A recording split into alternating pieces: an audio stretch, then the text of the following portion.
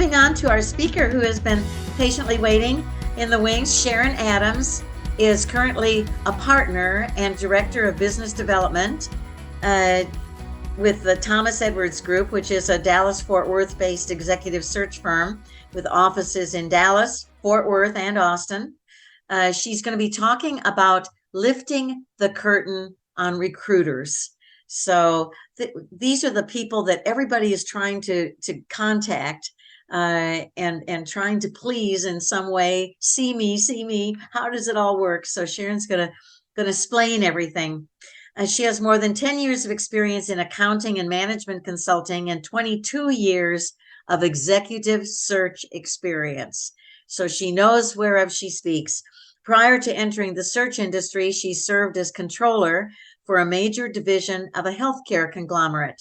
She started her career with PricewaterhouseCoopers, participating in both audits and litigation consulting engagements. She has a bachelor's degree in accounting control systems from the University of North Texas and is a certified public accountant. I can't wait.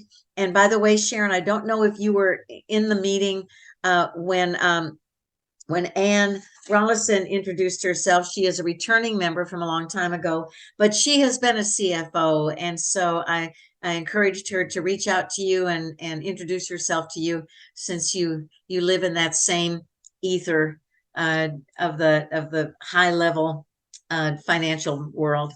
So without any more delay, let's give a very warm welcome to Sharon Adams. Good morning, everybody. Let me get my screen shared with you. We see it. You see it. Okay. All right. Well, I'm delighted to be here this morning and to maybe pull back the curtain on recruiters just a little bit. We can, we can do a lot of things when we're searching for a job, right? Today is not the day that we're going to talk about an overall job search strategy. It sounds like that's what Kathy and Shannon can help you with. Today, we're going to specifically talk about recruiters. So I have been a recruiter for the past 22 years. I am a CPA. I was a controller and really didn't know a lot about recruiting firms, right? So in the past 25 years, I've really changed a lot. I mean, I'm really dating myself, but back in the late 80s and early 90s, when I was looking for a job, I remember the only real recruiters that I knew about were people that you paid them to find you a job, right? That maybe a contingent recruiter existed, but I didn't know about them. And so then when I went to PwC, then came out, and then I needed to begin to hire people, I was introduced to some contingent recruiters. And it was that contingent recruiter that one day said to me, "Have you ever thought about doing this?" And that was almost 23 years ago when I grabbed my knees and jumped off of the side of the cliff and decided to go into recruiting. So Kathy is going to sort of monitor the chat, and I'm going to try and just sort of go through my presentation. If you have questions, why don't you go ahead and put them in the chat, and Kathy will make the determination if it's, if we need to stop and talk about whatever the question is, or if we kind of save it to the end. So hopefully that's okay. All right, I'm going to start my little timer so I don't go for 4 hours. No, I'm teasing. I wouldn't do that. All right, so let's talk about really your search plan. This is what I said we're not really going to talk all about, okay? But in your search plan, building your network is really a part of your overall search plan, right? And if you worked with me at all, I would talk about how you build your network, right? How you determine what the size of that network is, how it might be stratified between people that you worked with, people that you worked for, outside vendors that you've worked with, peers within your organization, and then how to track it, either to put it in a little CRM. A lot of people use LinkedIn, or whether to put it in Excel, right? Then how you call on that network, how you build it, right? And who those people might be. And then once you have that network, how to stay in touch, what that frequency and what the method is to stay in touch with people that are in your network. And then which networking groups do you need to be involved with, or maybe mirror image groups. This is a networking group. That's what this this definitely qualifies as. And then another part of your network is recruiters. Okay. And that's really what we're going to talk about today. Okay. We're going to kind of talk about how we work and just the good and the bad. Okay. We're going to start with different types of recruiters. And this may be some basic information. Maybe all of you know about it, but I didn't want to assume that all of you knew about it. There are contingent recruiters and there are retained recruiters out there. Okay. A retained model, kind of think lawyer, right? A lawyer's going to want a retainer, which means money, right? So a retained model is one where some kind of a fee is paid up front. So let's use an example of Dell, okay, down in Austin. So let's say Dell is looking for maybe a president of a division or a divisional CFO. Dell could go to a retained recruiter and they would pay money up front to a recruiter to launch a search. Okay. And when they do that, then that recruiter has the right to say, I am representing Dell on this division president search. And everybody that's considered for that search goes through that recruiter. Okay. Because Dell has paid this recruiter some money up front. So, oops, that recruiter is incentivized by the client to deliver, right? If somebody pays you to do something, you are incentivized to deliver candidates for that search. Does this make sense? Okay, everybody with me? All right. A contingent model is just that, is you don't, if you're a recruiter in a contingent environment, you don't get paid until you make the placement. All right. There's no money that is exchanged between anybody. So Dell may come to a recruiter and say, I need a divisional CFO. If you're a contingent firm, then you agree to take on that search, but you won't get paid unless you make the placement. All right. So unless they find somebody that gets the job, the recruiter does not get paid. All right. There are really two types of contingent recruiters. Okay. One is one that's sort of a volume model. Okay. And another is more of a relationship model. I assume that most of you have had some kind of experience with one or both of these kinds of models. The volume model gives a kind of a, shall we say, used car salesman kind of image to recruiters, right? It's where they are throwing resumes as far and as wide as they can, and people are treated a little bit more like a commodity. And then there's more of a relationship model where you're really forming a relationship with that recruiter, and the recruiter knows you better and they can make better matches with their clients. Okay. Does It's a little bit slower of a play sometimes, but it doesn't make one right or wrong. They're just typically two different types. Okay. All right. So this is kind of a little bit of a chart, right? So contingent versus retained. So market candidates means I have this awesome SQL guru. All right. And I'm going to market, or I'm going to try and get interviews or get some kind of an audience with different companies. Okay. I'm going to just send them to whoever, a list of companies that I have. A retained firm doesn't do that. Okay. They don't do it because in order to get a retained firm engaged, they need some money. Okay.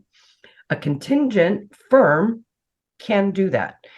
You might hear the term MPC, which is short for most placeable candidate. So sometimes recruiters will take what they consider a really good candidate. In accounting, that would be somebody that maybe has Big Four public accounting experience and some audit experience, or tax, and a CPA, right?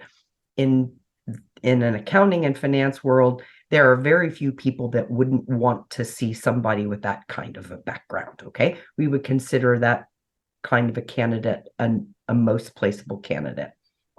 And the recruiter might send that candidate to a few of their clients to see if they can drum up some interest. Okay. Will they talk to candidates? Retained firms, once again, are paid by a company to go and find someone, right? So let's use our Dell example. If a retained firm is paid by Dell to go find a division president, they have a little bit of the attitude of, you know what, if you're the right person, we'll find you. We'll find you, right? So sometimes people come to me and say, I'm at a high level, and do you have any retained firms that you can refer me to? It's very unlikely that a retained firm would just entertain talking to a candidate, okay? Because their attitude is a little bit of, if you're the right person, when I get a search, I'll find you, okay? Whereas if you're contingent, really what a contingent recruiter needs is a little bit of inventory, right? We want to have some really good candidates that are available when that client calls us and says, hey, I need a SQL guru, right? It's much easier for a contingent recruiter to help someone and to make a placement if they have a little bit of an inventory of SQL gurus. Okay, so contingent recruiters will typically talk to you. Okay, does that make sense? Everybody with me? Okay, all right. SME, a subject matter expert. Is a retained firm a subject matter expert on their client? Well, if Dell pays me some money, I'm a retained firm. You bet your sweet bippy, I'm going to be an expert on them. I'm going to know all about them. I'm going to be able to sell the heck out of them.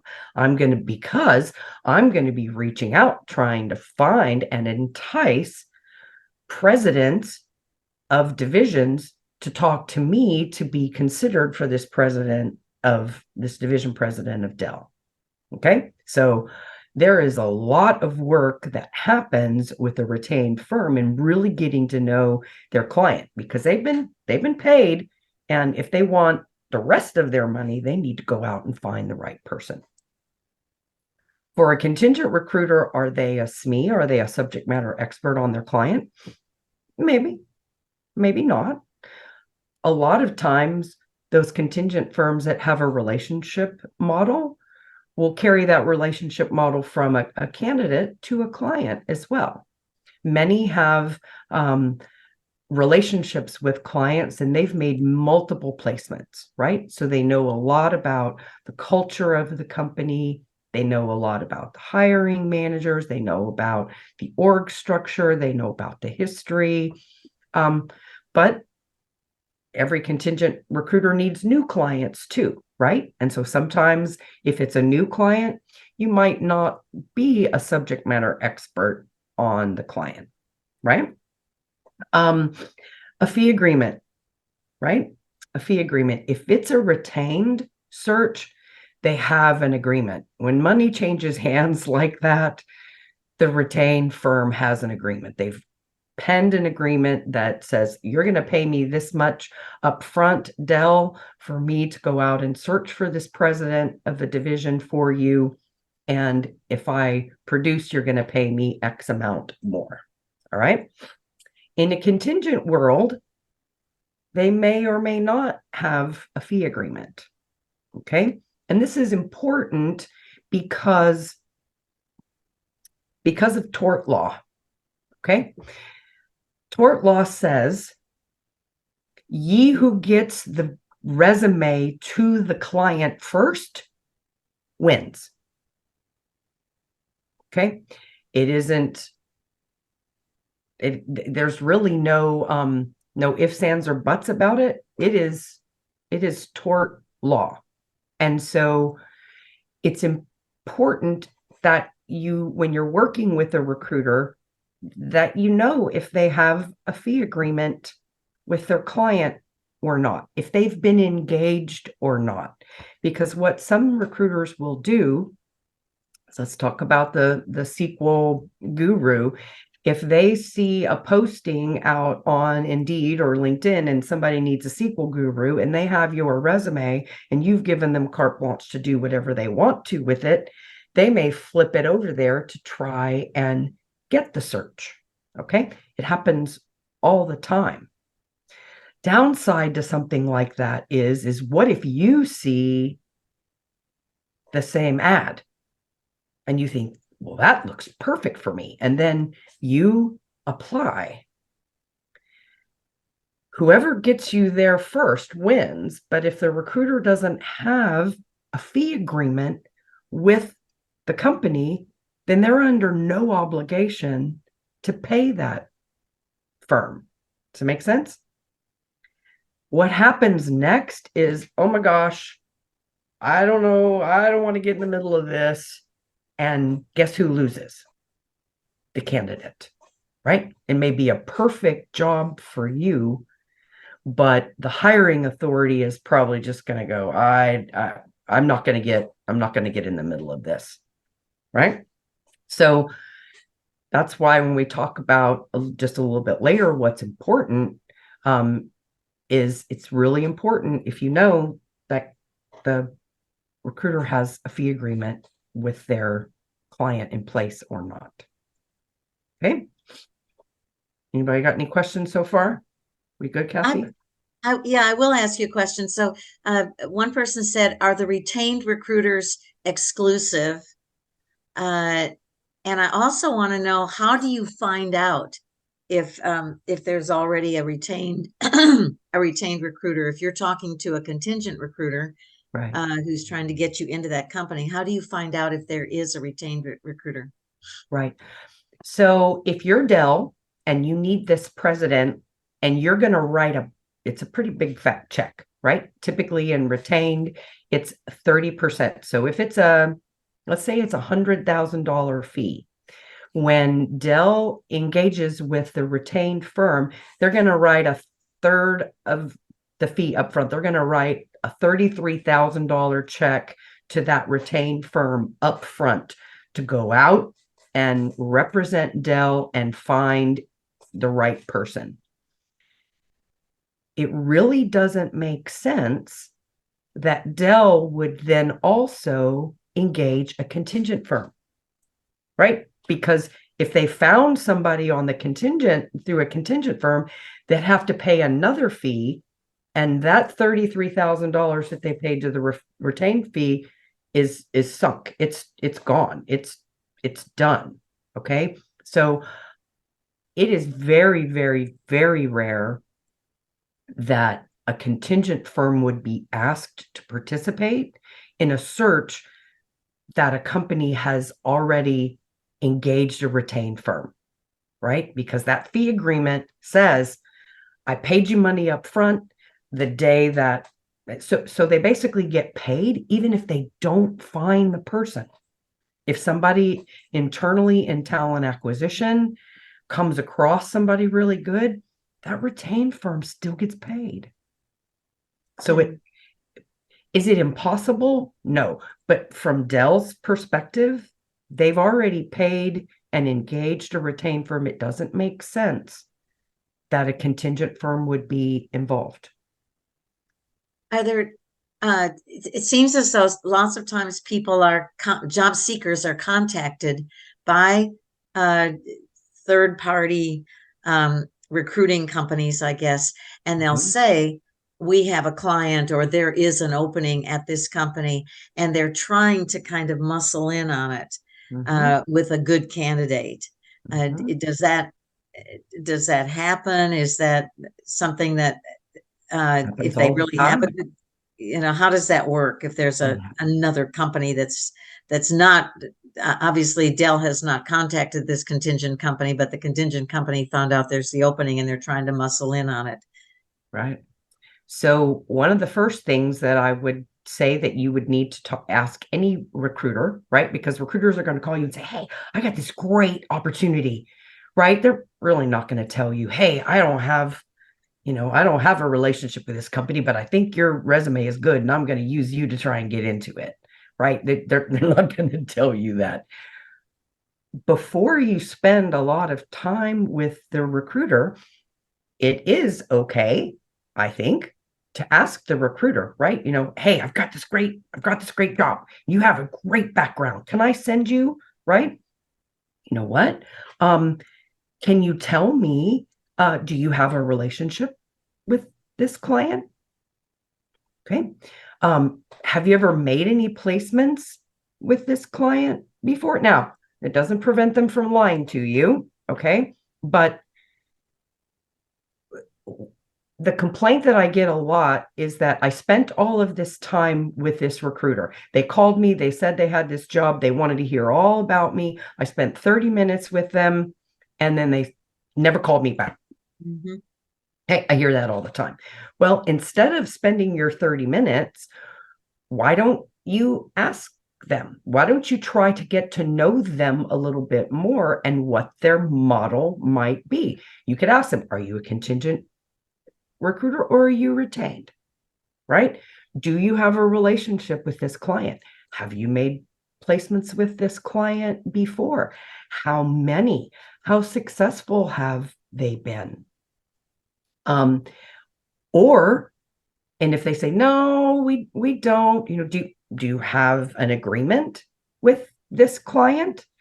They still may not tell you the truth, but hopefully they will, and they'll say, you know what, I think you're a really, really good candidate, and I'd like to try and get in and represent you.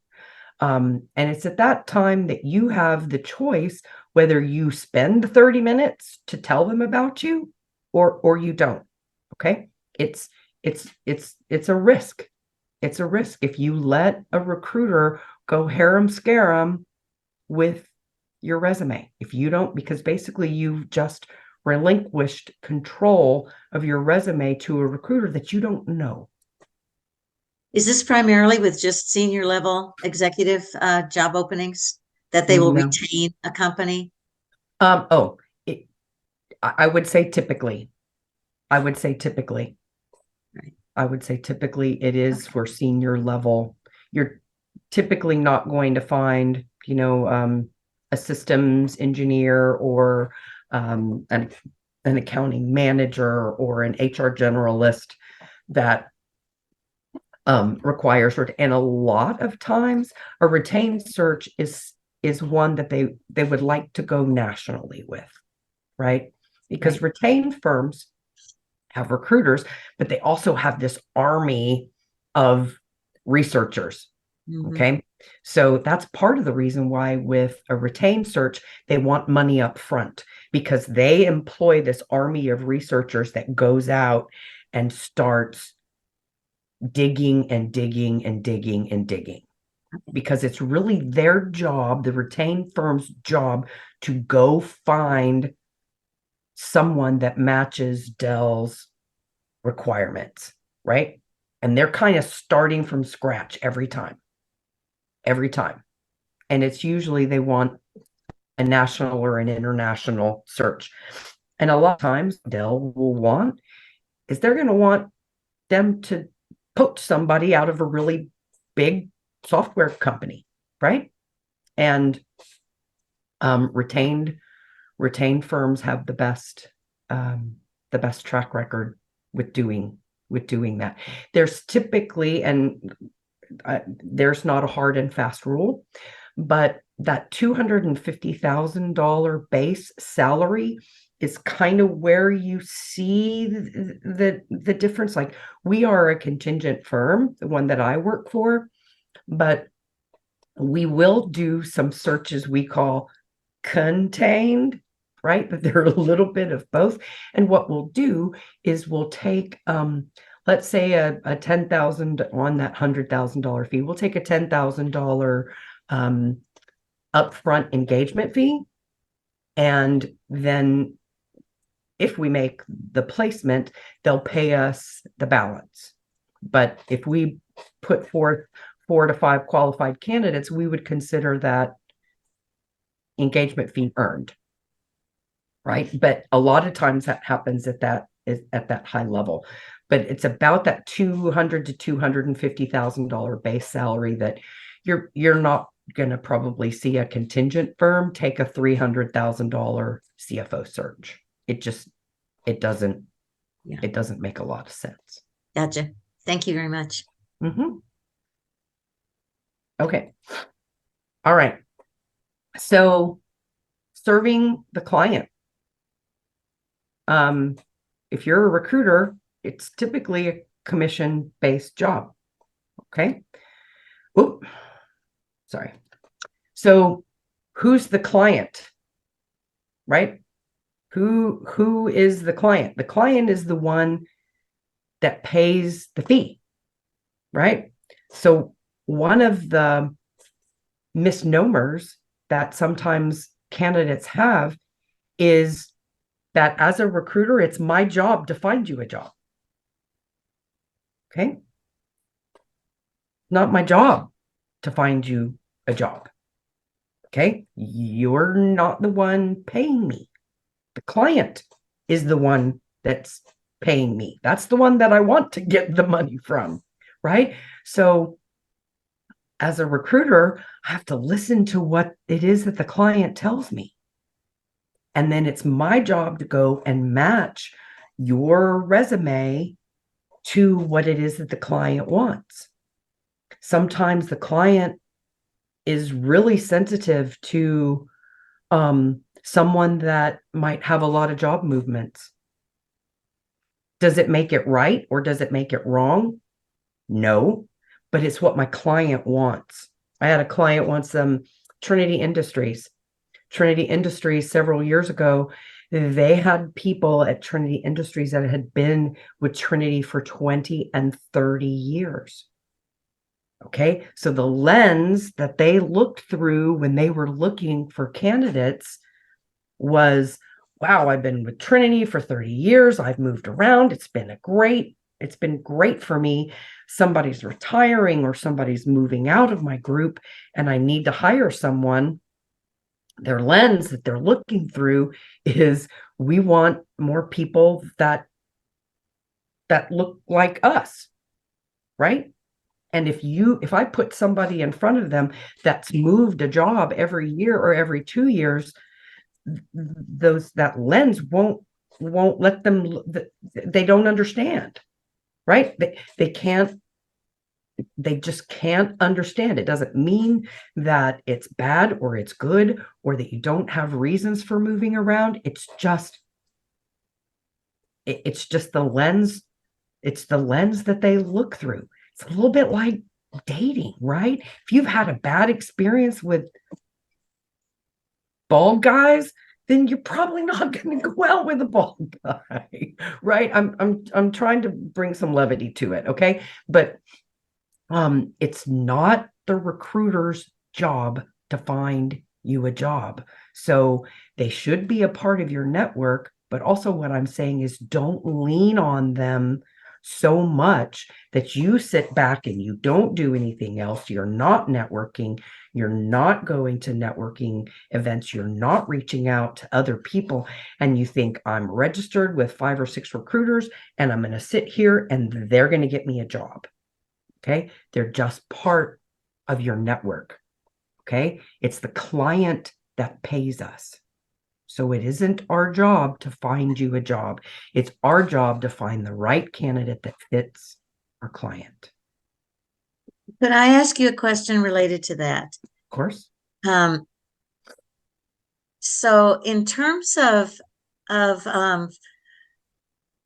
Matt finding a person, bringing to their attention a person that is a good qualified person, but whatever they're a different race, a different ethnicity, a different gender than has been with the company in the past. I can understand not wanting to match somebody up who has a spotty work history if what they look for is longevity. But what happens if a retained company is told, we want, or like everybody who's worked in that role before has been a male, and you find a highly qualified female? Do you present that person, or do you kind of cross the line of discrimination? I can speak for Thomas Edwards Group. I will not take a search if a client asks me to screen on any of those qualifications. They're not even qualifications. Okay. Yes. I have had people call me and say, Sharon, under the table, I would really like a guy in this role, or I'd really like a woman, or we're really looking for some diversity. And my response to them will be that I screen on skill set and only skill set. And if they are going to screen on anything other than that, then I'm not the right match for them. Interesting. Even if it's something where they're trying to make their workforce more equitable. Yes.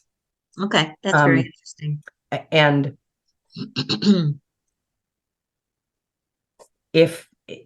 sometimes what they'll say is, oh, Sharon, I'm just kidding. I'm just kidding. And so what I'll tell them is, you can direct your talent acquisition group to do whatever it is you want. If you engage me, I'm going to send you people based on skill set. Gotcha. And if they are looking for a man and I send 2 men and 2 women, and the only people that they want to talk to is 2 men, then I will probably remove myself from the search. Gotcha. Okay. Thank you very much. You may proceed. Okay. Candidate marketing. I got a great SQL person and I'm just gonna start throwing them around.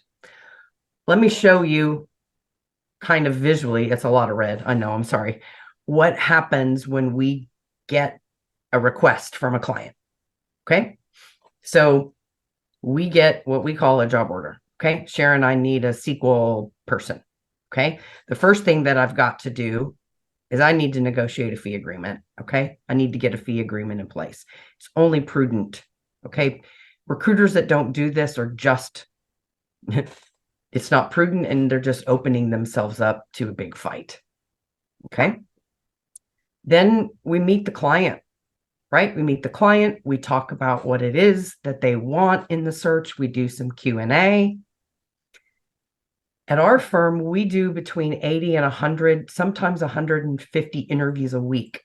There are 50 of us across the three markets of Dallas, Fort Worth, and Austin, right? So we're interviewing people all the time. Okay. Oops, what did I do? Okay. So that's going on all the time. Once we meet with the client, we share all the details that the client wants with the team. All right.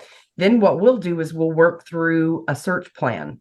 A lot of us come out of the Big Four, and so we have a very robust search plan. There are things that we do first, second, third, and fourth. And one of the first things we do is we go into our database to see if anybody that we've already talked to, that we have a relationship with, might be good for this role, right? We'll do that before we'll go out and try and find new people. We do that, but the first place that we go is to our current inventory. We're going to look on the shelves, if you will, and see who might be a match.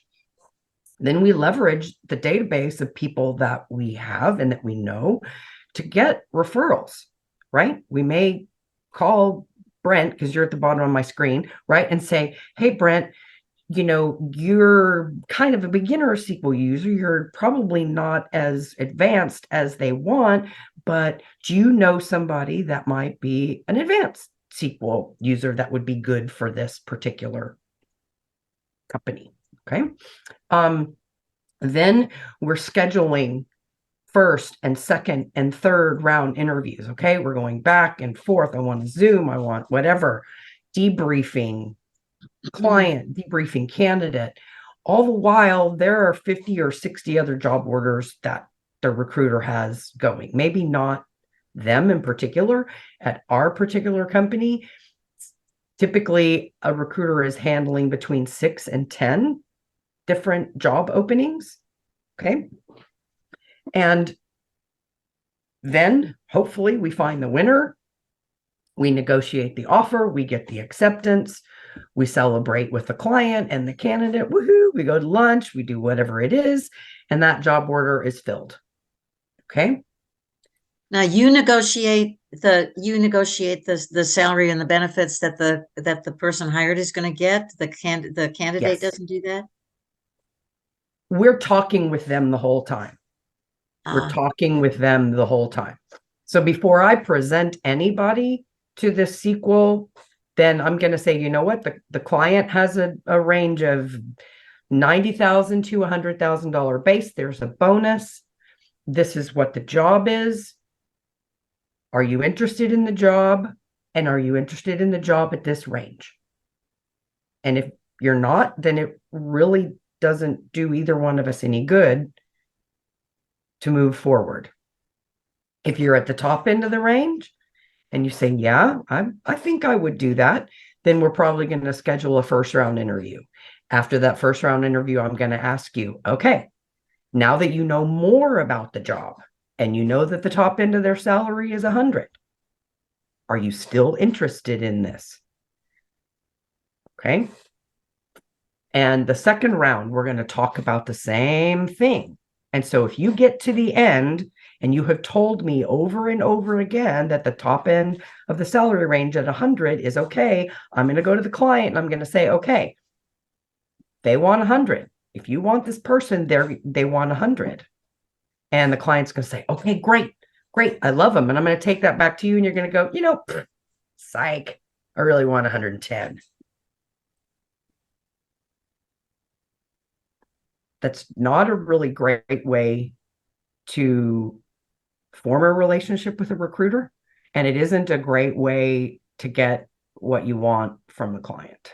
Mm-hmm. Because all the while, the client has been saying, are you sure? Are you sure? And I'm asking you if you are sure. And then we get to the end. Mm-hmm. That's part of what we're supposed to be doing is helping with that process, right? Because comp is not just base, it's benefits, it's bonus, it's location, it's cost of benefits, it's 401k, it's matching, it's long-term incentive plan. I mean, there could be 25 to 40% of your comp could come outside of just base salary. Gotcha. It doesn't mean you're not involved with the negotiations. It just means that I don't just present you and you're talking to, because how many how many negotiations do you think I've been involved with in 23 years? Okay. Brent, you're at the bottom of my screen, so you're going to keep getting poked on, okay? How many negotiations have you been involved with, Brent? Okay. I'm not saying that you aren't good at it, but I'm going to bet you that I'm better at it than you are. Right? I've had a lot more experience in doing it, right? So that should be one of the advantages of using a recruiter. But all this stuff that's in red is what contingent recruiters do for free, for nothing, zero. Okay, so it's important. I'm trying to peel back this curtain so you understand when you're dealing with a recruiter what it is that they do and how much work it takes to get somebody an offer and to get them placed. Mm-hmm. Right? There's a lot of work that goes on. And remember, you're not paying them. Okay? Okay.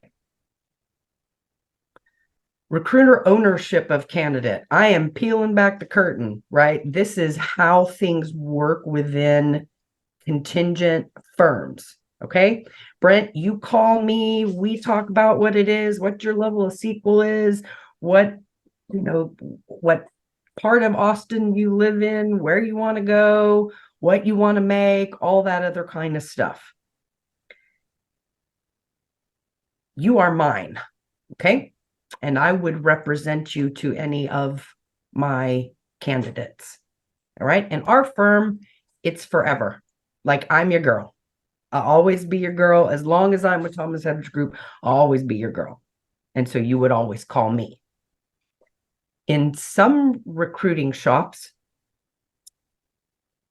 the ownership is about 60 to 90 days. Sometimes it could be 6 months. Okay. And if I don't talk to you within 6 months, then somebody else might see your resume for a job and it's at month 7 and they'll see you and they'll grab you and they'll get paid on you. Okay. You can usually tell those by the ones that want to have a 10-minute conversation with you. Right. So what do you do? How much you want? Blah, blah, blah, blah, and that's it. Okay. Because if they invest too much time, they might not reap the benefit, right? In our firm, we're incented to be relationship based, right? I went to a gala last night for community council in Dallas. It was the 80th anniversary. The gentleman that invited me is the CFO. I met him 12 years ago. He was an accounting manager and he was my candidate. Worked with him. He had some stuff that he needed to really work on. We placed him at community council as an accounting manager about 6 years ago. He's since moved up into a CFO role, and he looks at me like a career coach, right? That's what a good relationship with a good recruiter should get you. Now, is there something in it for me? Of course there is, right? I got paid when I placed him, and now he's the CFO. He's got all of these hiring decisions. Who do you think he's going to call? Right? He's going to call me because I can tell people if he needs a SQL person, I can say, you know what? I've known JJ for 12 years and we placed him here. And this is what their culture is like. And this is what their organization structure is like. And this is the experience that we've had. And these are how many people that we've placed. Okay. Do you want to go to work with somebody like this or not? It's a lot easier to vet people when you've got that kind of relationship with a client. Okay. But that's sometimes how you tell the difference in how a recruiter will treat you. Let me ask a question. So you said if it's a retained company, Mhm. they've been given a retainer, so there's a chunk of change that the company has. Yes. And for all of the work that you do, um, if they don't if they don't hire anybody that the company has presented, then that's all the money the company gets. If they hire somebody, so do you get for all the work that you've done, even though they didn't hire somebody through Thomas Edwards, uh, does that mean that you are paid from that retainer? Uh, or then if they hire somebody that you've presented, do you get additional money? And does a re does a retained do you get a percentage, whether you're retained or contingent? I think a contingent company might get paid a percentage of the candidate's salary. Does a retained company get that too on top of the retainer? How does all that little work? Okay, so let's talk about a retained firm. The retained firm, let's call them Spencer Stewart. Okay, that's a popular retained firm. Spencer Stewart is engaged by Dell to find a division president. They will typically sign an agreement. That's a three-part agreement. There's a third that's due, and let's call it. Let's say that it's a $300,000 search. Typically, it's going to be about a 30% fee. So that's what, 90,000? Okay, so it's going to be a $90,000 fee. They're going to ask for a third of it up front. They're going to ask for the second third when the person starts, and then they're going to ask for the remaining third, usually 30 days after the person is there. Okay, you can codify and put an agreement together that says anything, unless it's illegal, right? But that's typically what happens. Is it's a third, and a third. If Dell is going to go out and pay this kind of money, Dell is really looking to Spencer Stewart to make this fill.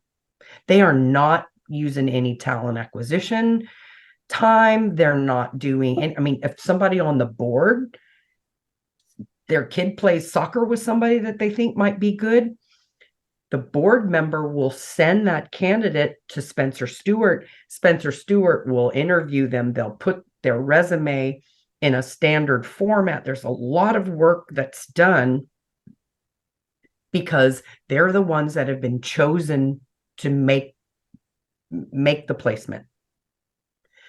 I don't work for a retained firm, so I don't know what the statistics are, but I would think that they're pretty high, that if you are a retained firm and you are retained to find this division president, that the statistics are pretty high that you're going to make the placement. You're going to find that person because you're incented to, right? You're the only one out in the market that can contact people for this position. Okay. The bad thing about that is if you're a retained firm, you can't fire your client, right? If your client is being totally unreasonable and they want the purple squirrel, you can't fire them because they've given you money. Okay. So when they make the placement, that person starts, they write another $30,000 check, and 30 days later, they write another $30,000 check. Gotcha. That's typically the way that it goes. Okay. So sometimes being contingent, I just had a conversation before this with one of my recruiters. I brought in a manufacturing controller. This is a rough spot. Okay. This is a good old boy network. Their language is a little colorful. It takes a special person to be in this environment, right? And the HR professional is having a hard time finding people on their own, and they were being a little hard on my recruiter, right? Not talking to them the way that they really should. And they haven't paid us anything. I'm still back here. Okay. I am doing all this stuff in the red. And if I have a client that's not treating my people right, do you think they're treating the candidates right that I'm sending? No. So what might I do? I might do the old, okay, I can fire those clients because they haven't paid me anything. Does that make sense? Did I answer your question? Yeah, and then also, does a contingent recruiter typically get paid a percentage of the candidate's salary? Yes. So if you negotiate a really good salary, does the company get a piece of that action? Yes. Okay. So a contingent recruiter really is in your corner Right. to try and get you more money. Okay? They really are. But they also want to make sure that if all the while they've been telling you it's 90 to 100, they've been telling you it's 90 to 100, they have a really good relationship with the firm, Right. with the company. I'm telling you, if you, and what I'll usually say is, okay, if I go get you an offer at $100,000, can I accept on the spot? Okay. If I don't hear a yes, if I hear them say, well, I kind of want to look at it, I'll be like, wait a minute. Mm-hmm. We've been talking this whole time about this, because what it may do is it may really make my client mad. Mm-hmm. Right? They have a level of trust with me that I've been telling them the whole time the truth. What I have done in the past, especially if it's a new client that I'm trying to build trust with, they know that the more money I get them, the higher my fee goes. And so in some instances, I've frozen my fee, right? Let's say they're not going to take anything less than 105. So if it's a really good client of mine, I'm going to go back to them and say, look, they've put pen to paper about the benefits. Your benefits are about $4,000 more a year than they're paying right now.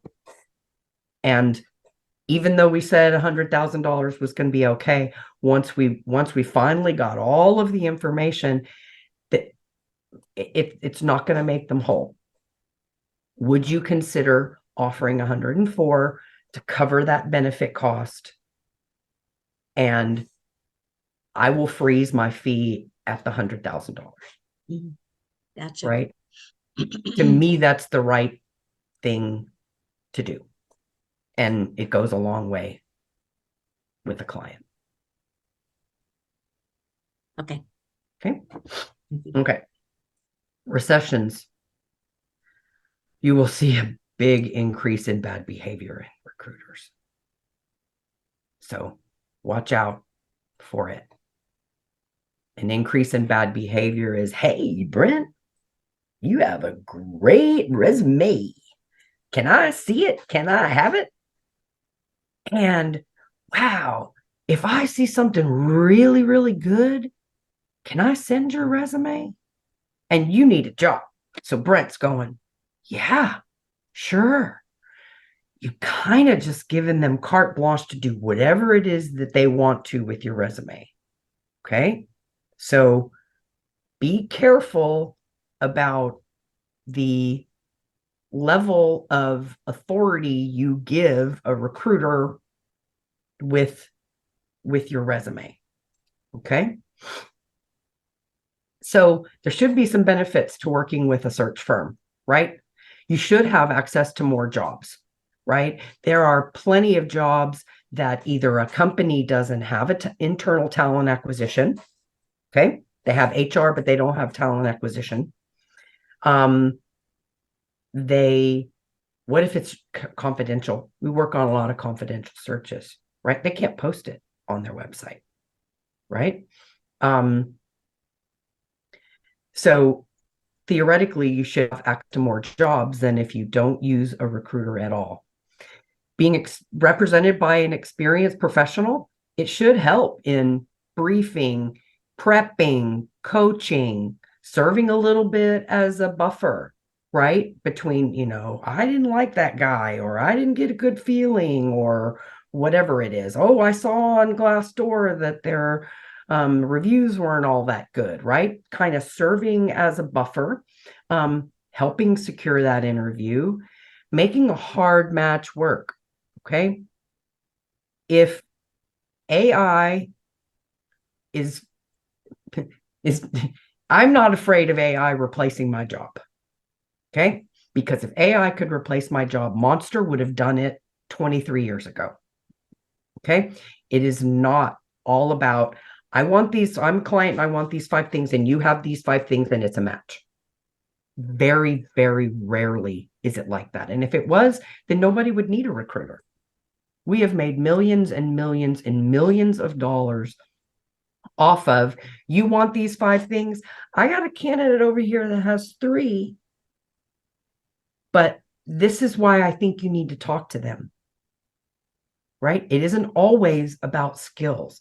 Skills usually can get you in the door, but if you're going through an ATS or you're going through HR and HR wants these 5 things and you don't have these 5 things, you've got these 3 things, you're probably not going to get in the door. Using a good recruiter might be able to get you in the door. With JJ, that CFO, if he's looking for somebody that has 5 things and one of them is nonprofit experience, but I have somebody that I know JJ would like, man, their personalities would match.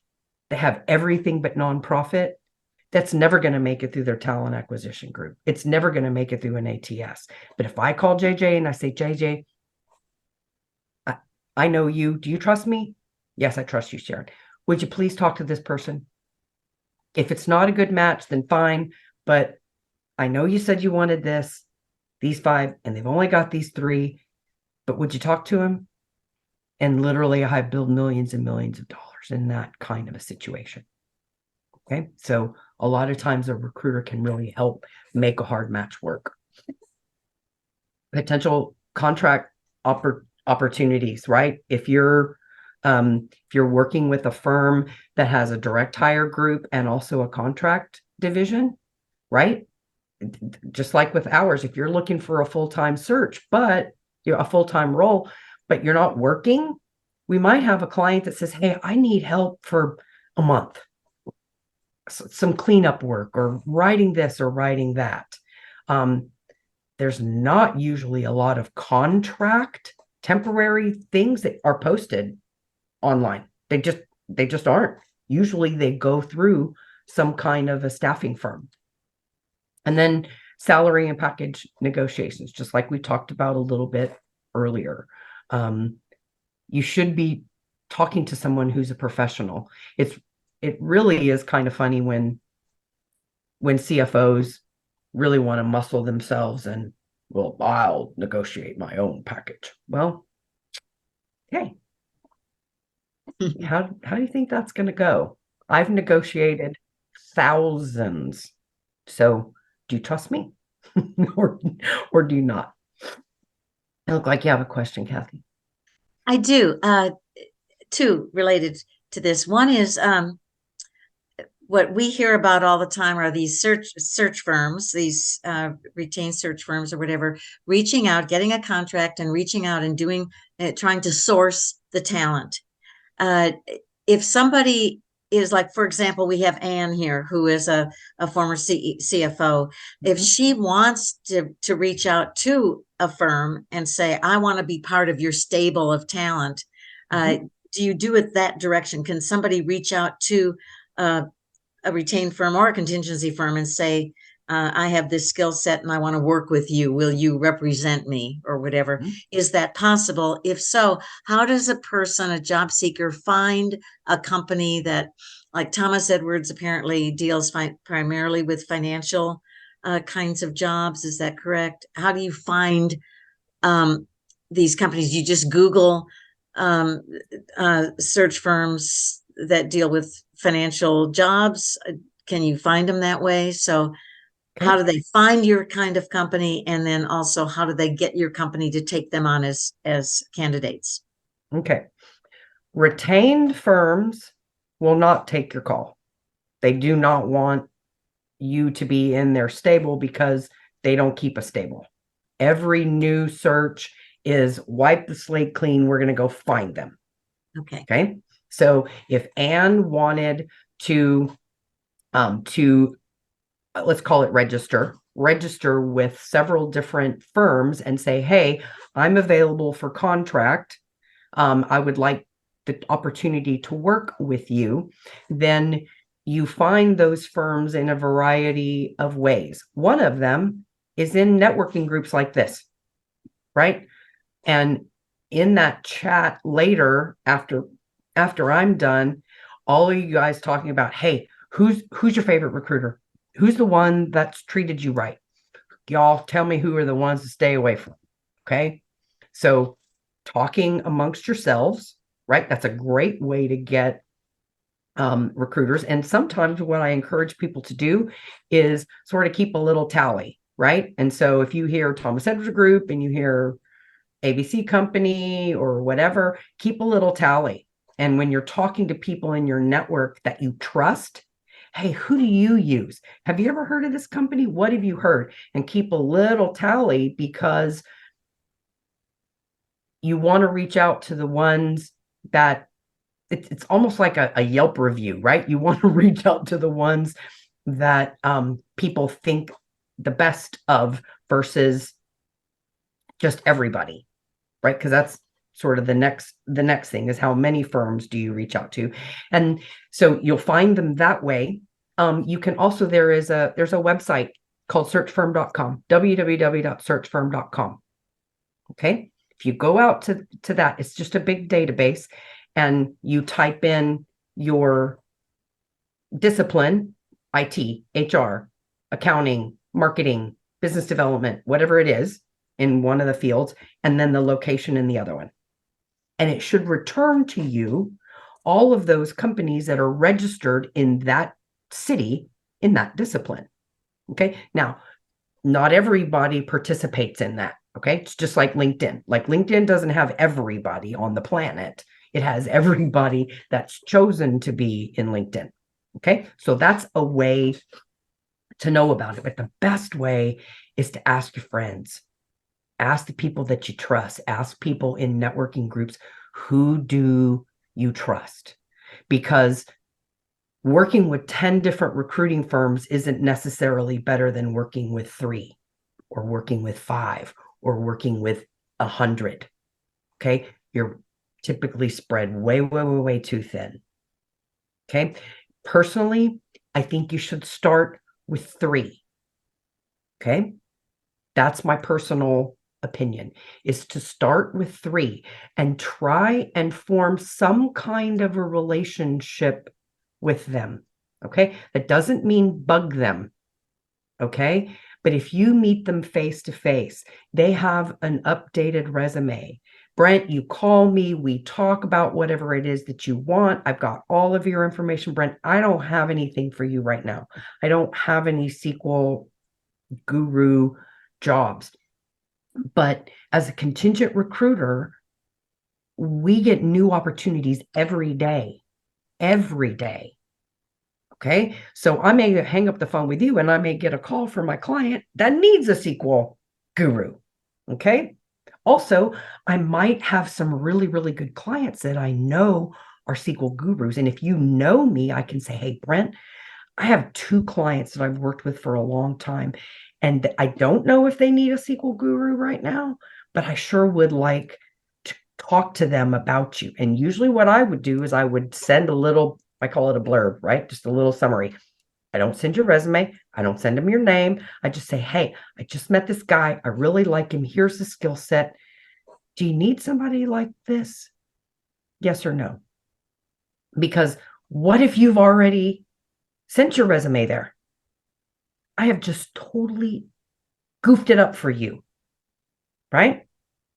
But those are the kinds of things that you might be able to get if you have a relationship with a recruiter, right? So I would start with 3. It doesn't mean only 3, but then you add very strategically. You add the ones that have a good reputation. You add the ones that are in your that you're in your discipline. Our primary focus is accounting and finance. That's what birthed us 27 years ago. We've been in IT for 3 years. So we have an IT division, we have an HR division, right? So and we have different people that specialize in those areas. So does that answer your question? Yes, thank you. That's perfect. Okay. When you're dealing with a recruiter, do try and choose the right firm, their reputation, their fit with your background by getting recommendations. This is a little bit of what we just talked about. Get a face-to-face meeting if possible with them. Okay. We should be back. I mean, nothing replaces face-to-face. Treat him or her with respect. Okay. If you want to be treated with respect, you should treat them with respect. You should also treat it as a normal interview. Okay. If I am going to be your agent and you and I are being introduced to each other and I'm going to represent you to my client, I would like to know that you can suit up if you need to. Okay. I would like for you to treat it like it is an interview. One of the things that I hear a lot is, well, I wouldn't say this in an interview, Sharon, but don't say that. Don't say that. Okay. It is an interview. It is an interview. I'm trying to look and make sure that you're someone that I would be proud to send to my client. Okay. Tell the truth. It's going to come out. If you were fired, tell me. Let's talk about it. I heard Kathy say something about, how there are ways to deal with, I was terminated from my last job, but I talked to a lady the other day that is 2 classes short of her bachelor's. And I had talked to her years ago and she was 2 classes short. And I asked her, I said, so I see on the bottom of your resume that it says bachelor's of blah, blah, blah. I said, did you take those 2 classes?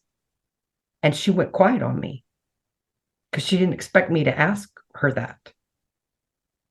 Because see, we have records and we have a relationship.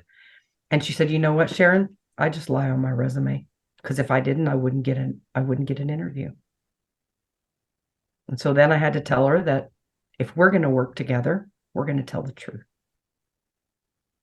We're going to tell the truth, as it'll always come back to bite you.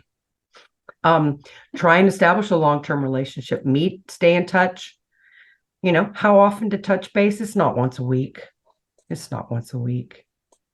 Maybe it's every 2 weeks. And hey, Sharon, it's me. Just wondering if you had anything on your horizon that was good for you. Oh, okay. How about, hey, Sharon, I saw something about Thomas Evers Group on LinkedIn or blah, blah, blah, blah, blah, and good job. And just reminding you that I'm out there. I made some tweaks to my resume. Here's a new copy. Which one do you think gets more attention? Right? Which one? The second. You have something, Kathy? No, I just said the second Oh. one. Yeah. And then how about, hey, Sharon, I'm just checking in. Gosh, I found this new networking group. The Launchpad. It's awesome. They have all of this information and all of these great classes that you can take. And I met this lady, Anne, on the screen, and she's a CFO. And I know that's what you do. Can I introduce you to her? Are you kidding? Of course you can, right? So think about helping them too, because if you help them, it's a little bit of the squeaky wheel, right? Okay. Don't expect too much. That's the way that we talked at the beginning. It's not our job to get you a job, right? But if we place you, Um, we're incented to place you. We're incented to get you more money, right? That's how we get paid. Please do not tell other recruiters about a job a recruiter has told you about. Please do not do that. This is how it will go. Brent, you have a great resume, and I would like to I'd like to represent you to some of my clients. It'll usually come like this, these number 2 and number 3. If I see a really, really good opportunity out there, can I send your resume? And you need a job. And so your head starts going, yeah, sure you can. Well, you've just given them carte blanche to send you anywhere. Okay. That is very dangerous for you. Very, very dangerous for you. Instead, you should say, you know what? I appreciate that. And I bet I'm going to be a really good fit for a lot of your clients. But I would appreciate it if you called me first before you sent me to any of your clients. Okay. You do not have my permission to send me anywhere. I'd like to know where you're sending my resume. Okay. That's how you battle that. Okay. And then they'll say, you know what, Brent? Just so I'm not stepping on any toes, can you let me know where you've interviewed and maybe some of the positions that you've interviewed for? And you're going to go, well, gosh, I don't want her stepping on any toes. First of all, you haven't given her carte blanche to send your resume, so you shouldn't be stepping on any toes if you tell me where you're going to send my resume. But you say, you know what? I would. That's really none of your business. If you have an opportunity that you think I'm a good fit for, I would appreciate it if you would call me, and I'll let you know if I've interviewed there before or if I've applied.